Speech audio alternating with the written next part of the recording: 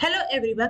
आज हम CBSE class 12 के फ्लेमिंगो बुक के एक पोयम को रिवाइज करने वाले हैं और वो पोयम है आंट जेनिफर टाइगर्स। ये पोयम जो है एड्रियन रिच इनके द्वारा लिखी गई है। A powerful feminist critique of the patriarchal institution of marriage and the struggle of a woman to find a voice through her art. तो ये एक पावरफुल फेमिनिस्ट थे और क्रिटिक थे, मतलब कि क्रिटिसाइज करने वाले, यानी किसी चीज की आलोचना करने वाले। ओके, वुमेन के राइट्स को सपोर्ट करते थे। और जो पैट्रियार्कल इंस्टीट्यूशन है, हमारे इधर पितृसत्ता व्यवस्था चलती है ना। पुरुषों के ओपिनियंस को या फिर उनकी चीजों को ज्यादा इंपॉर्टेंस दी जाती है, उनका रूल चलता है।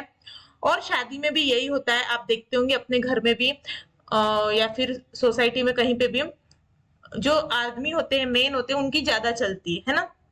मम्मियां जो है पापा उनके हिसाब से चलती है।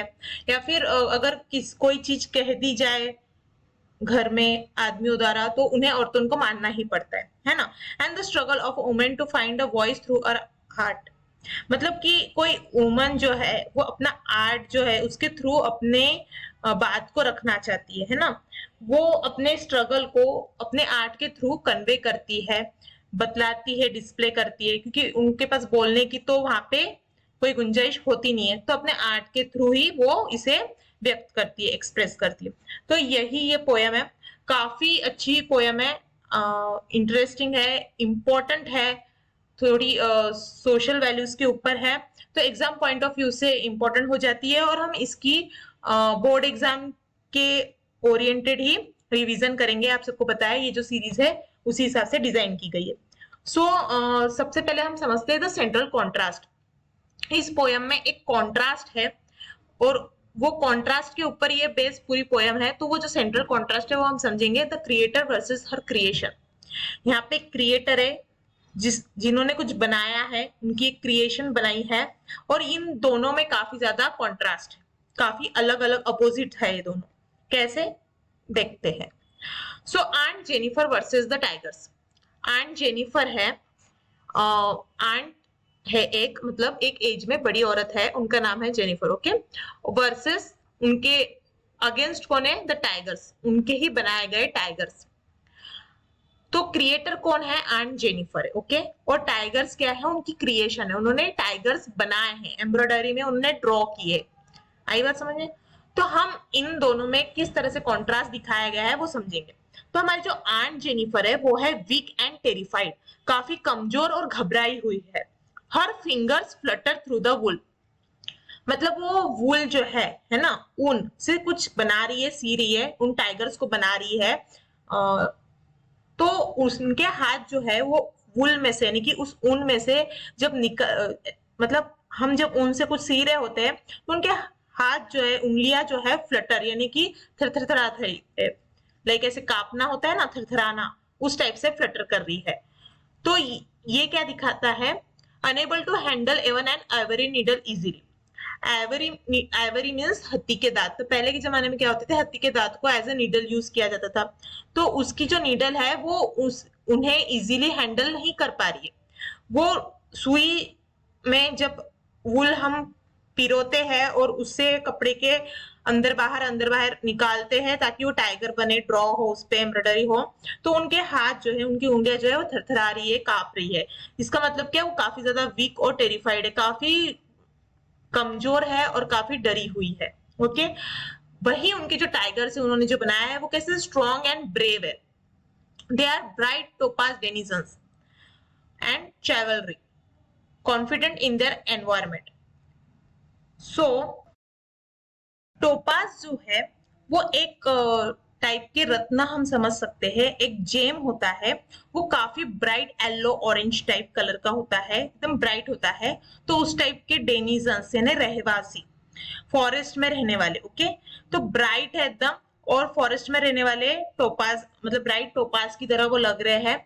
और चिवालरिक है, मीन्स काफी ब्रेव है ना, शूरवीर हम कह सकते हैं, उस टाइप से है।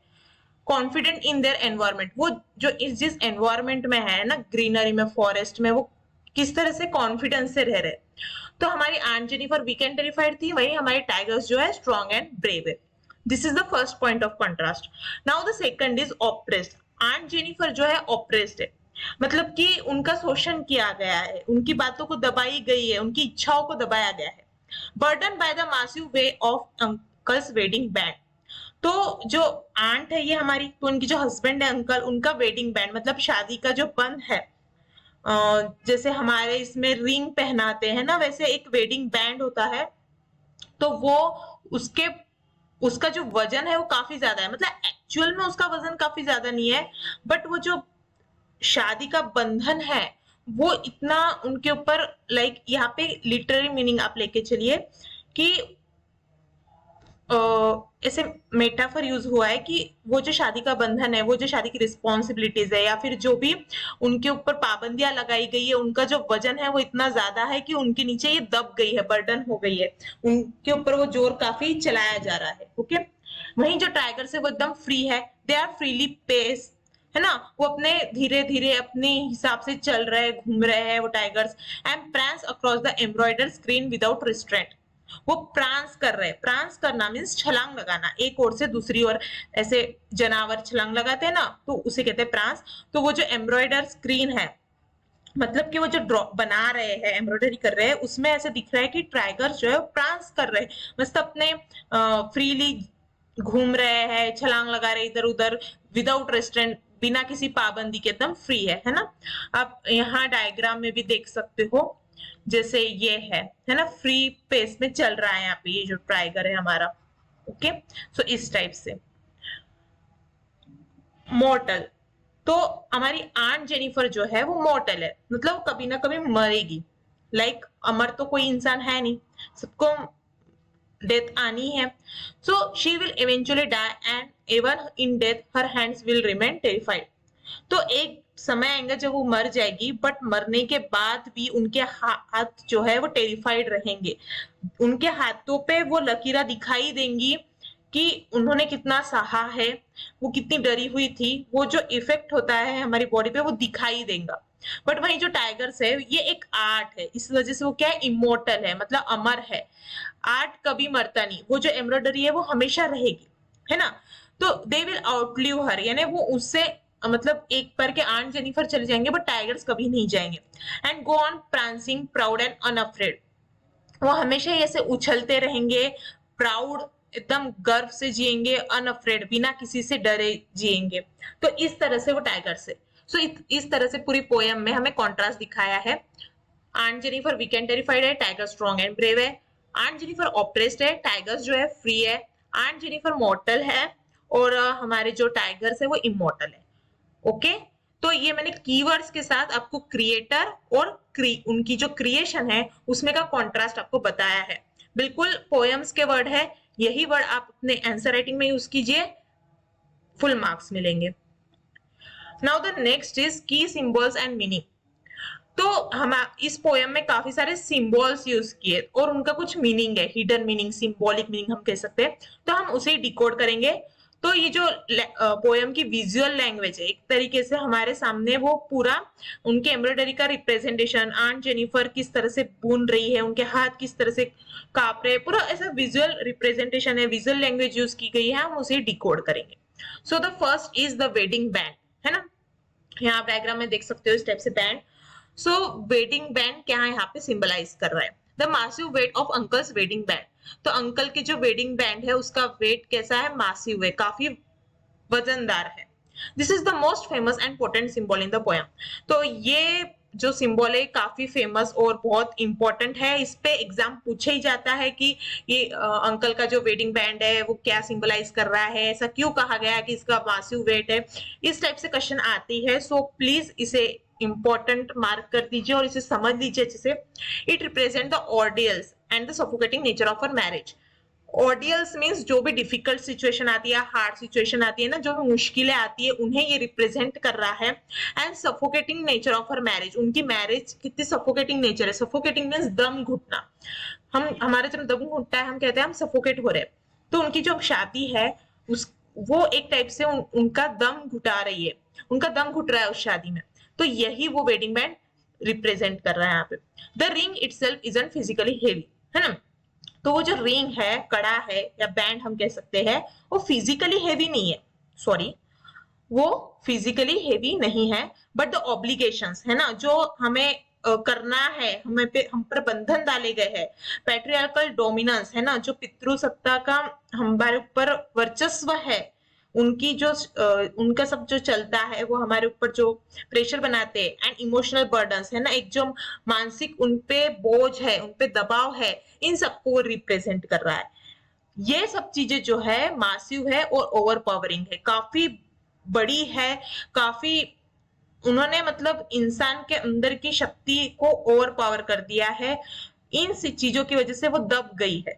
आई बात समझ में? It binds her to a life of submission, उनकी लाइफ को सबमिशन से बाइंड कर दिया है, मतलब उन्होंने अपने आप को समर्पित कर दिया है ना, अपने आप को सामने वाले के पावर के सामने नतमस्तक कर दिया है, अपनी लाइफ को बांध दिया है, dictating her actions and suppressing her true identity.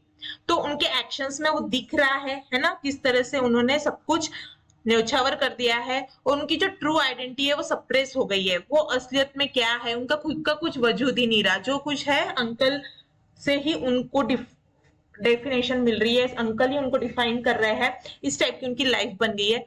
सो जो मासिव वेट है अंकल का, वो उनके ऑर्डर्स को रिप्रेजेंट करता है, सबसे इंपॉर्टेंट है ना, और उनका जो सफोकेटिंग नेचर है उनके मैरिज का, उसे रिप्रेजेंट कर रहा है।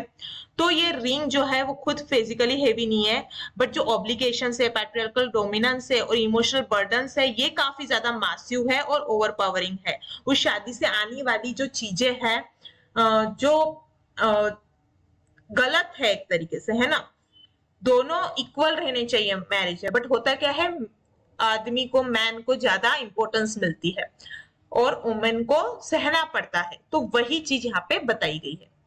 ठीक है, तो ये हमारा एक सिंबल यूज हुआ है पोएम में, जिसका यहाँ पे एक्सप्लेनेशन था।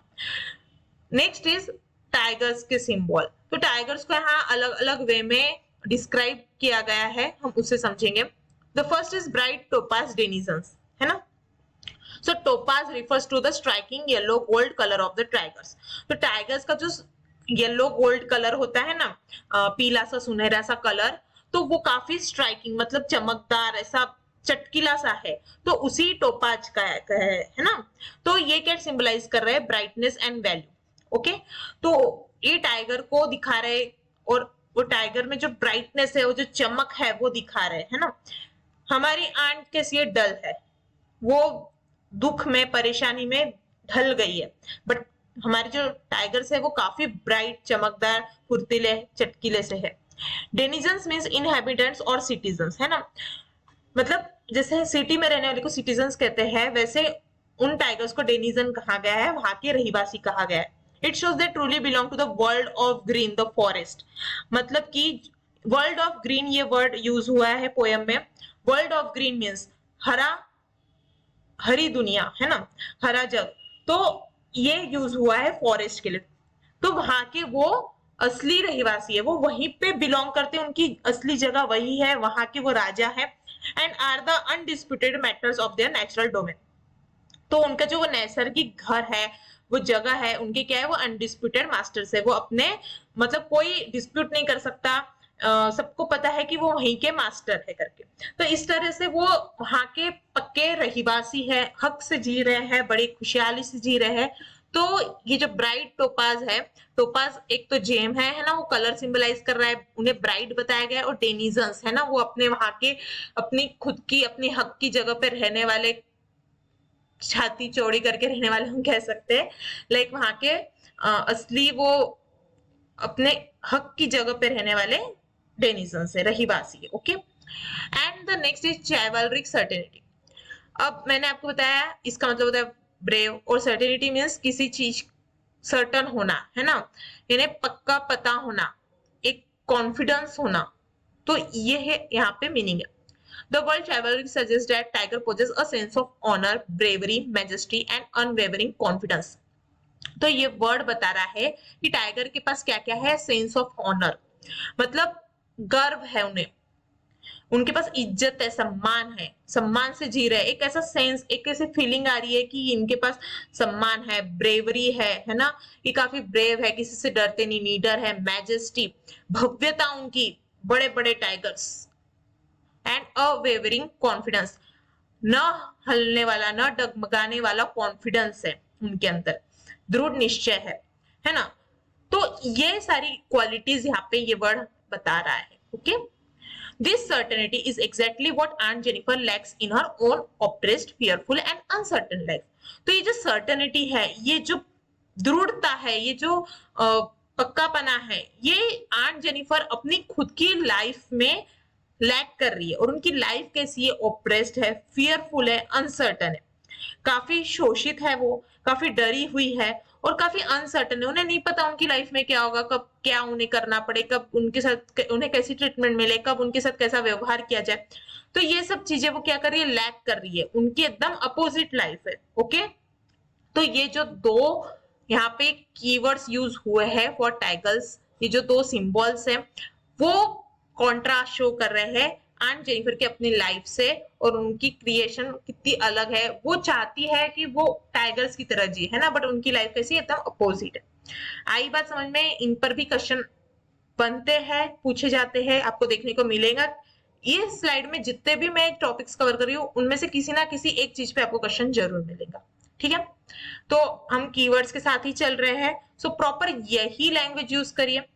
ऑब्वियसली लैंग्वेज के पेपर में आप अपनी लैंग्वेज यूज कर सकते हो, बट जो वर्ड्स है ना, जो एक रहता है ना, हम बोलते सार, जो मीनिंग वहां पे एक्यूरेट बैठना चाहिए, वो प्रॉपर वर्ड पोएम के कॉन्टेक्स्ट में यूज करना, ताकि एग्जामिनर को पता चले आपने पोएम पढ़ी है, आपने समझा है। तो वो काफी जरूरी है। आप जरूर आंसर अपने लैंग्वेज में फ्रेम कीजिए, बट इन वर्ड्स को इस वे में इनकॉर्पोरेट करिए अपने आंसर राइटिंग की लैंग्वेज में। आ रही बात समझ में? तो यही इस रिवीजन सेशन का एम है main. Next is important poetic devices. बहुत इंपॉर्टेंट है आपको। अब इस टाइम पे सीबीएसई के जो एग्जाम्स है उसमें डायरेक्ट पोएटिक डिवाइस तो पूछे जाते नहीं है कि बताओ इसमें कौन सा पोएटिक डिवाइस यूज हुआ है, बट आपको क्वेश्चन पूछे जाएंगे एनालिटिकल वे में, कॉम्पिटेंसी बेस्ड क्वेश्चंस, राइट। उसमें क्या होता है, आपको इंटरप्रेट करना होता है। आपको पूछा जाएगा यहाँ पे ये मेटाफर क्या सजेस्ट कर रहा है, यहाँ पे रिपीटेशन क्यों यूज हुआ है, यहाँ क्या पोएट क्या दिखाना चाहते, क्या कहना चाहते, क्यों है, उसके पीछे का लॉजिक पूछेंगे। तो अगर आप वो पोएटिक डिवाइस समझ जाओ कि यहाँ कौन सा है, तो आप उसके पीछे का लॉजिक भी डिड्यूस कर पाओगे।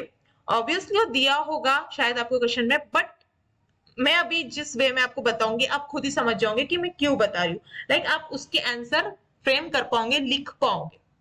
तो पहला हमारा मेटाफर। मेटाफर यूज हुआ है ब्राइट टोपाज डेनिजन्स में। मैंने पहले भी बताया कि टाइगर्स को जो है डायरेक्टली कंपेयर किया गया है प्रीशियस शाइनिंग जेमस्टोन टोपाज से। टोपाज एक जेमस्टोन है, एक रत्न बोल सकते हैं हम, हीरे जवाहरात टाइप। तो वो काफी प्रीशियस होता है, काफी शाइन करता है। तो टाइगर्स को डायरेक्टली कंपेयर किया गया है, इनडायरेक्ट कंपैरिजन नहीं है। मतलब कि लाइक और एज यूज नहीं हुआ है।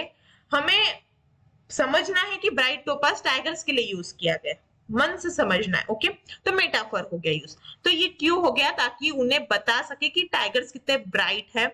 उन्हें टोपाज से इसलिए कंपेयर किया गया, उनकी प्रीशियसनेस दिखाने, उनकी ब्राइटनेस दिखाने के लिए।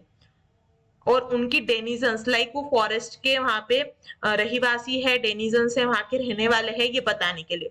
ठीक है, तो इस टाइप से आपका आंसर लिखना है। Next is alliteration, repetition of consonant sounds. तो जब भी कंसोनेंट यानी जो वॉवेल्स नहीं होते, वॉवेल्स कौन से होते हैं? इंग्लिश अल्फाबेट में A-E-I-O-U ये 5 वॉवेल्स होते हैं, और इनके अलावा जो भी लेटर्स होते हैं 26 में से 21 वो सारे कंसोनेंट्स होते हैं। ओके, तो जब भी कॉन्सोनेंट साउंड रिपीट होता है, जैसे प्रांसिंग प्राउड, पी प्र भी हम कह सकते हैं, ये साउंड यहाँ पे रिपीट हो रहा है, तो ये एलिट्रेशन हो गया। फिंगर्स फ्लटरिंग, एफ है ना, तो ये भी क्या एक रिदम क्रिएट कर रहे हैं और एम्फेसिस दिखा रहे हैं, तो यहाँ पे एलिट्रेशन यूज हो रहा है। तो ये जो पोएटिक डिवाइसेस होते हैं ये पोएम को ब्यूटिफाई करते हैं। तो यहाँ पे प्रांसिंग प्राउड जो है वो क्या दिखा रहे हैं कि टाइगर्स कैसे है, छलांग लगा रहे हैं और बहुत प्राउड है, अपने मौज मस्ती में है, और फिंगर्स फ्लटर कर रहे हैं, मतलब उनके फिंगर्स नर्वस है, वो काफी वीक और टेरिफाइड है ना। तो ये रिपीटेशन यूज हुआ है कंसोनेंट साउंड्स का, तो इसे एलिट्रेशन कहते हैं। Next is hyperbole. Now massive weight of uncle's wedding band, बहुत मासिव वेट है, बहुत ज्यादा वेट है अंकल्स के वेडिंग बैंड का। तो यहाँ पे क्या हाइपरबोल मींस एग्जैगरेशन शो हुआ है ना। And exaggeration used to emphasize the extreme emotional and psychological burden. हो सकता है आपको एक्सट्रैक्ट बेस्ड क्वेश्चन जो होता है हमारा फ्लेमिंगो पे, एक एक्सट्रैक्ट बेस्ड प्रोज पे आता है, एक पोएट्री पे आता है, और दोनों में ही 6 सब क्वेश्चंस होते हैं। तो हो सकता है आपको वहां पे 1 मार्क के लिए पोएटिक डिवाइस पूछ सकते हैं, है ना। तो ये भी जानना जरूरी है उस पॉइंट ऑफ व्यू से। हालांकि जब 2 मार्क या जनरली 2 मार्क वाले में, बट अगर मैक्स 5 मार्क के लिए पूछ भी लिए तो वहां पे आपको डीप एक्सप्लेनेशन की रिक्वायरमेंट होगी, जो कि आप खुद से कर पाओगे जब आप पोयम समझ लिए होगे, है ना। तो यहाँ पे जो जो मेन सिंबल्स यूज थे उनका मैंने डीप मीनिंग बताया है आपको, वही आपको समझाना है। बस पोएटिक डिवाइस के एंगल से आप अपने आंसर को फ्रेम करना है, बस लैंग्वेज को ट्विस्ट करना है वहां पे, क्योंकि क्वेश्चन ट्विस्टेड वे में पूछा होगा। ओके, आंसर आपको सिंपल लिखना है, बस वो जो सिंप्लिसिटी है वो किस तरह से मेंटेन करनी है ताकि वो क्वेश्चन की जो रिक्वायरमेंट है उसको फुलफिल कर सके। जो क्वेश्चन में पूछा गया है उसका सटीक आंसर हो, ऐसा नहीं कि बीट अराउंड द बुश, कि आप इधर उधर की बातें लिख रहे हो, कहीं भी कुछ भी, बस क्वेश्चन की जो रिक्वायरमेंट है वो फुलफिल होना चाहिए वहां पे, वो जो एम है वो कंप्लीट होना चाहिए। तो उस हिसाब से आपको अपने आंसर वहां पे फ्रेम करना है। So an exaggeration used to emphasize the extreme emotional and psychological burden.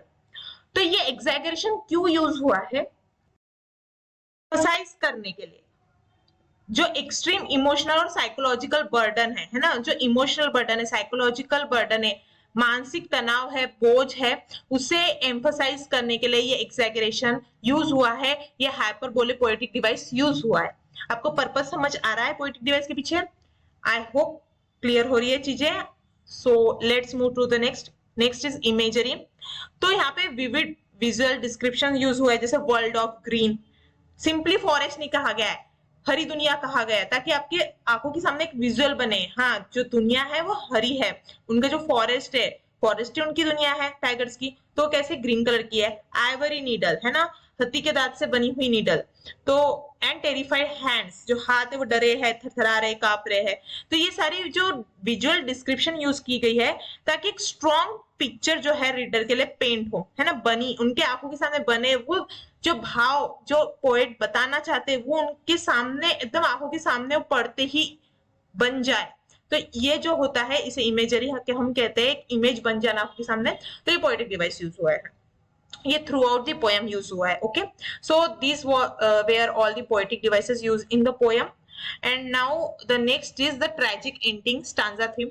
Last stanza जो है उसमें एक ट्रेजिक एंडिंग है, वो थोड़ा सा हम डिस्कस कर लेते हैं, यहाँ से भी एक क्वेश्चन बनने का चांसेस है। So victimhood versus the survival of art, है ना।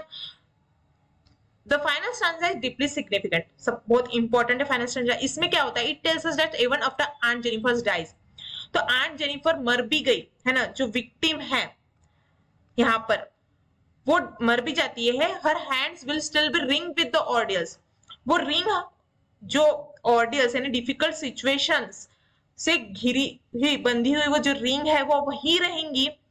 And she was master bye, ने उन ऑडियंस से ही वो मास्टर हुई है ना, उनसे ही उन्होंने संघर्ष करते करते वो यहाँ तक आई है, तो वो हमेशा उनके हाथ में वो दिखाई देगा, उससे वो बंधी रहेंगी। She dies a victim of her circumstances, और वो जो है अपने सर्कमस्टेंस के एज अ विक्टिम, तो वो उनकी जो सर्कमस्टेंसेस है, वो जो सिचुएशन में है उनकी एज अ विक्टिम वो मर जाएगी, है ना। ऐसा नहीं है कि मरने के बाद मरते टाइम उन्हें सुख मिलेगा, उनके जीवन में वही है, वो उसी तरह से मरेगी एज अ विक्टिम, उन्हें कहीं भी राहत नहीं मिलने वाली। However while the creator perishes, creator जो है वो मर जाएगा, है ना, एंड जेनिफर मर जाएगी, उनका अंत हो जाएगा, बट हर आर्ट, वो जो टाइगर्स है वो सरवाइव करेंगे, वो हमेशा रहेंगे, उनकी जो आर्ट है वो सरवाइव कर जाएंगी। The tiger becomes an immortal symbol of her inner suppressed desire for the freedom. तो ये एक अमर ऐसे सिंबल है उनकी जो अंदर की जो सप्रेस डिजायर है ना, कि वो जो फ्रीडम चाहती है, हमेशा स्वतंत्रता चाहती है, उनके अंदर की जो इच्छा है जो दबाई गई है उनके मन के अंदर है, उनके वो क्या है, सिंबल है, और ऐसा सिंबल है जो अमर रहेगा, है ना। Bravery she could never achieve in her physical life, और ऐसी ब्रेवरी जो उन्होंने कभी अपने फिजिकल लाइफ में अचीव नहीं कर पाई, वो कभी इतनी साहसी नहीं बन पाई, बट उन्होंने अपने टाइगर्स जो उन्होंने एम्ब्रॉयडरी में बनाया है अपने आर्ट में, वो उन्होंने ऐसे बनाया है जो काफी ब्रेव है ना। जैसे ये देखो, एक कपड़ा रिंग के अराउंड बांध के ऊन के धागे से यहाँ पे ड्रॉ कर रहे हैं, समझ आ रही है पिक्चर के थ्रू। तो इन्होंने ऐसा कुछ बनाया है सीन, ये देखिए ये जो राउंड यहाँ पे दिख रहा है वो ये वाला पार्ट है, ओके। सो यहाँ पे ये टाइगर्स उन्होंने बनाया ऐसे ग्रीन ग्रीन जंगल में ऐसे डांस करते हुए, कॉन्फिडेंट टाइगर्स दिखाए उन्होंने, बनाए हैं। सो यही उन्होंने यहाँ पे किया है कि उन्होंने अपने अंदर की जो भावनाएं थी वो एक्सप्रेस की है थ्रू आर्ट। जो चीजें वो अचीव नहीं कर पाई वो उन्होंने अपने आर्ट के थ्रू दिखाया है, और वो कैसी आर्ट, वो हमेशा रहेगी, वो नहीं रहेगी बट उनका आर्ट हमेशा रहेगा। तो उन्होंने अपने कॉन्स्टेंट्स, उनकी जो बंधने थे उनको अलग वे में, अपोजिट वे में दिखाया है। तो यही ट्रेजिक एंडिंग है इस पोयम की। So this was all about the poem. I hope सब कुछ मेन इंपॉर्टेंट चीजें यहाँ पे कवर हुई होगी, आपको समझ आया होगा, चीजों आपकी रिवीजन हुई होंगी। So all the best for your examination and keep learning.